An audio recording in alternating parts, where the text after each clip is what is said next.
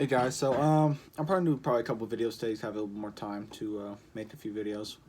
This one's gonna be not about really a specific, topic or a specific mainstream thing going on, but it's more gonna be about rhetoric used by colonialistic powers. By colonialistic powers, I mean, the big powers that kind of occupy countries. But for the example I'm gonna use, it's more than likely going to be the United States. Colonialistic rhetoric can be seen throughout history as a justification for, entering the country and either stealing the resources or taking over the country via economic or militaristic control. Um, One of the first examples we can think of in American history is the way the westward expansion in the Frontier Act. If you looked at the way many of the Washington and presidential candidates and presidents themselves treated the way indigenous people were in the United States, seeing them as as a civilizing mission, and if you can't convert them, to just kill them, or that land's yours, go out there and take it. Those natives are savages, barbaric people, or whatever kind of rude, insulting words, rhetoric that they used at the time. Another great example that I talked about, that not a lot of people like to talk about, is the way the United States has a kind of stranglehold on Latin America. If you look at the way Reagan viewed Latin America, it's kind of set the precedent.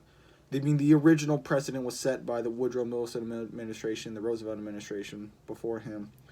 But Reagan was kind of the modern example of Latin American intervention. One of the last, most prominent ones. We've had Latin American intervention for a long time now. That was the last one of the stronghold, militaristic interventions.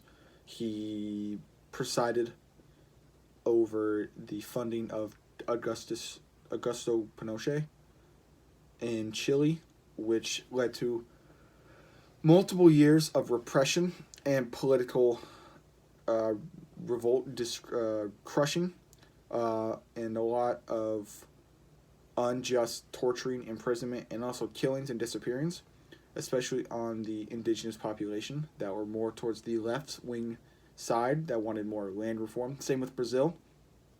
If you look at what happened in Brazil a few decades before, during the Reagan administration as well, he said that their dictatorial leader, their general, was getting a, quote, bum rap from human rights foundations.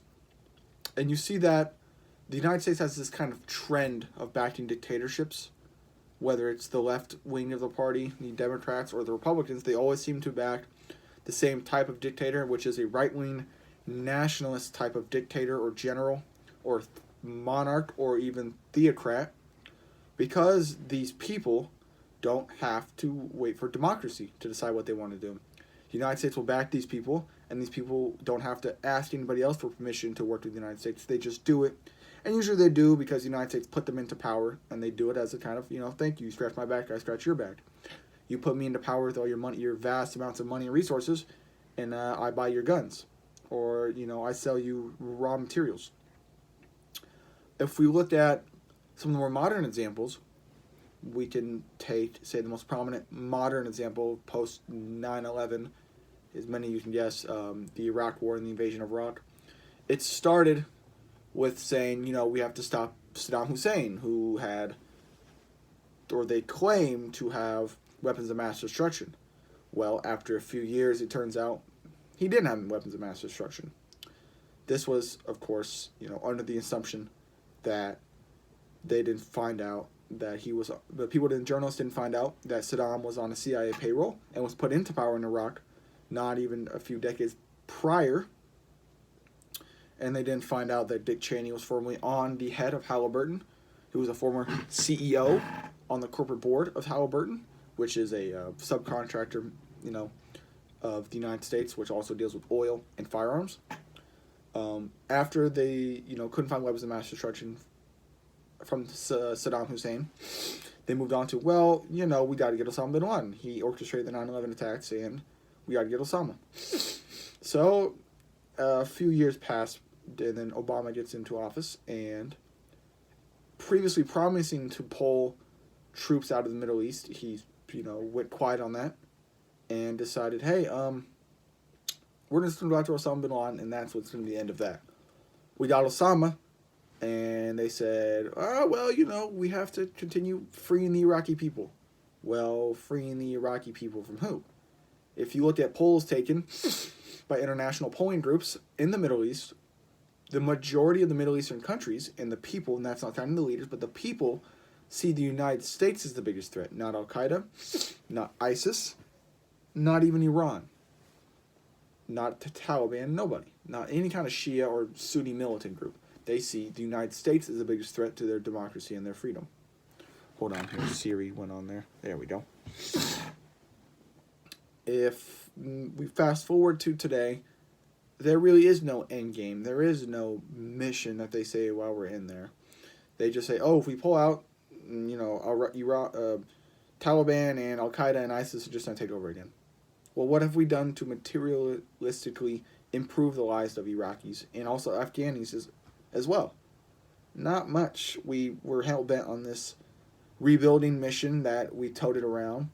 But the second we got in there, companies were going to hire Iraqi small subcontracting companies to help build infrastructure, roads, and then they were all fired by the Bush administration and were subsequently replaced by more expensive American subcontractor groups to build infrastructure.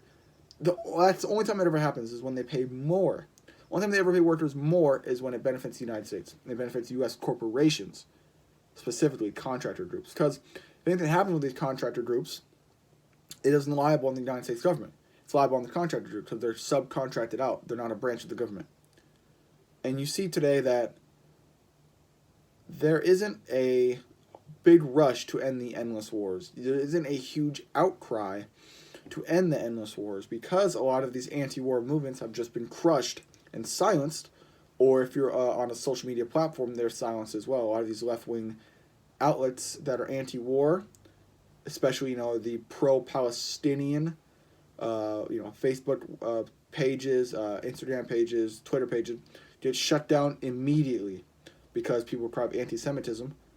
When usually it isn't anti-Semitism, it's the United States being not begrudgingly, but willfully defending Israel from their crimes against humanity against Palestinians in the West Gaza and the Strip, the West Bank and the Gaza Strip. It's almost, you can kind of see why we're there, not just for hegemonic control, and we want the geopolitical chessboard to be in our favor, which that's one of the reasons why we're there. We want to have a firmer control of the Middle East so people don't act against our aligned interests. But one of the main reasons is in Afghanistan, it's trillions of dollars of mineral wealth, which was discovered not just this year, but early on in the 2000s. We also have in Iraq, we have trillions of dollars of oil that was discovered a decade and a half before the invasion of Iraq. Is this a coincidence that we invaded while these two countries had trillions of dollars of resource wealth? Maybe. I would probably say no. I would say this was calculated, and 9/11 kind of gave them... If 9/11 didn't happen, I think we would have invaded Iraq eventually anyways. For whatever reason, we would have used Saddam, we would have used pretty much anything. Taking down the Ba'athist Party, which was Saddam's party. We would have pretty much done whatever it took to, whether that's, funding jihadist militant groups, this case would have been Shia militant groups. But you see this colonial language, and it's pretty obvious, and it's very universal in the way that it defends what the United States does. And it seems as if both parties are defending it because there's so much money in the military-industrial complex. Look at left-wing outlets, look at right-wing outlets. They're just completely defending war. You look at people like MSNBC, CNN, Fox News with Tucker Carlson and Hannity, One American News Network, but they're more focused towards the culture war stuff like transgenders, so I guess that's the biggest problem facing the United States, not the crippling poverty we have and the Great Depression level unemployment, real unemployment that is, and infrastructure grade of a D minus. But I guess the culture war is the most important thing in the United States right now, and it's a shame that a lot of people are so focused on this culture war that we can't seem to agree on substantive policy issues, and that's because the establishment doesn't want you to. They don't want to have large-scale land reform. They don't want more worker co-ops. They don't want labor unions giving workers more rights and more collective bargaining power in their workplace. So I just thought I'd get that off my chest, and because I see a lot of people lately defending Biden's airstrike in Syria and his occupation of Syria at the moment, because an article just came out about how the United States during the Obama administration fought very hard for regime change, and as well as in the late Bush administration as well, starting all the way back in 2006. So, yeah, catch you guys later.